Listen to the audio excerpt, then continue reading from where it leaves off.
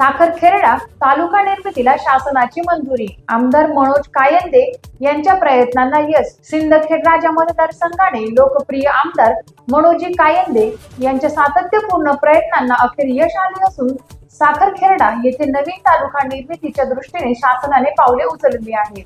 गेल्या 25 ते 30 वर्षांपासून रखडलेल्या या मागणीला आता मूर्त स्वरूप मिळण्याची शक्यता निर्माण झाल्याने नागरिकांमध्ये उत्साहाचे वातावरण आहे. साखरखेर्डा हे गाव सिंदखेड राजा तालुक्यातून 60 ते 70 किलोमीटर अंतरावर दूर असून या परिसरातील लोकांच्या लोकसंख्येत सुमारे 25,000 आहे. तालुक्याच्या ठिकाणी येण्यासाठी गोरगरीब जनतेला रोजचा रोजगार बुडवून पैसे खर्च करावे लागत होते. विद्यार्थी, ज्येष्ठ नागरिक, शेतकरी यांच्या सरकारी कामांसाठी दिवसभर वाया घालवावा लागत होता.